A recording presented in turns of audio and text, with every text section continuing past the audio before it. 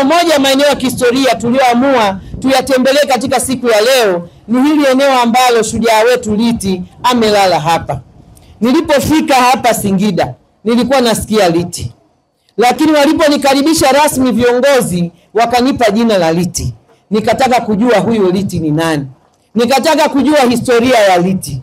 Kwa kweli nilipoipata historia ya mama huyu, kwa kweli niliipenda sana na nitaendelea kuishi historia yake, kwamba na sisi wakina mama kumbe tuna mchango mkubwa wa kulitetea taifa hili.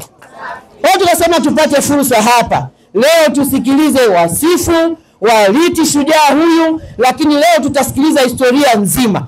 Wote hapa tutakuwa tumehifadhi, lakini kupitia hivi vyombo vya habari tutakuwa tumehifadhi kisasa, na tutatoka kwa pamoja kwenda kupeleka ujumbe kupitia wizara husika, ili fuvu la mwanamama huyu liweze kurudi hapa kama lilivyorudi la shujaa Mkwawa.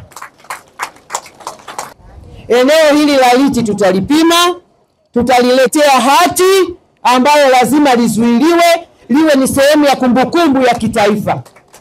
Lakini hapa lazima tujenge chuo cha nyuki, ili vijana wetu wakija hapa wajifunze sayansi ya Liti, lakini wajifunze sayansi ya nyuki, lakini wajue historia.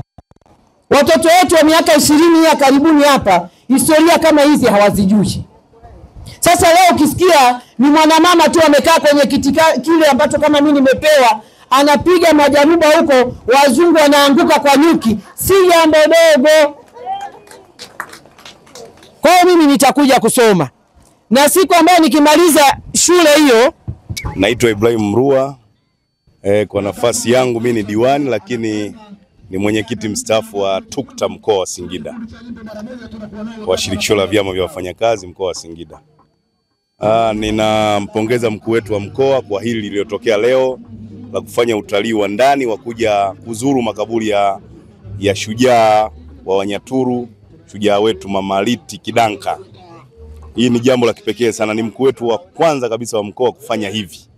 Kwa hiyo niombe tu kwamba sisi ambao tumeonyeshwa njia hii tuendelee kuja huku kwa ajili ya kuendelea kumuenzi. Lakini niombe pia hata familia ya Liti iendelee kuyatunza makaburi haya, kwa maana ndio sehemu ya historia na swala zima la utalii katika kuzuru makaburi haya. Jina langu ni Martha Alex Kayaga, ndiye mwenyekiti wa jumuiya ya wanawake wa Chama cha Mapinduzi mkoa wa Singida. Malkia Liti alikuwa shujaa kwa maana ya kwamba alikuwa akipambana na ukoloni wa Kijerumani kwa wakati huo. Yeye alikuwa shujaa, alikuwa akitumia nyuki kupigana na Wajerumani. Tunatambua hiyo ni nguvu ya asili ambayo Waafrika wengi hasa wa Tanzania, hususan na makabila ya Kitanzania, wana utaalamu mbalimbali waliokuwa wakitumia katika kujikinga na maadui.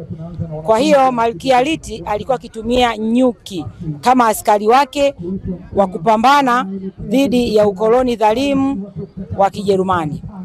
Kuelekea sikukuu za Mei Mosi, sisi kama jumuiya ya wanawake wa Chama cha Mapinduzi tunayo furaha sana, kwa sababu imetupa fursa pia kwa watu wengine kujua historia ya mkoa wetu.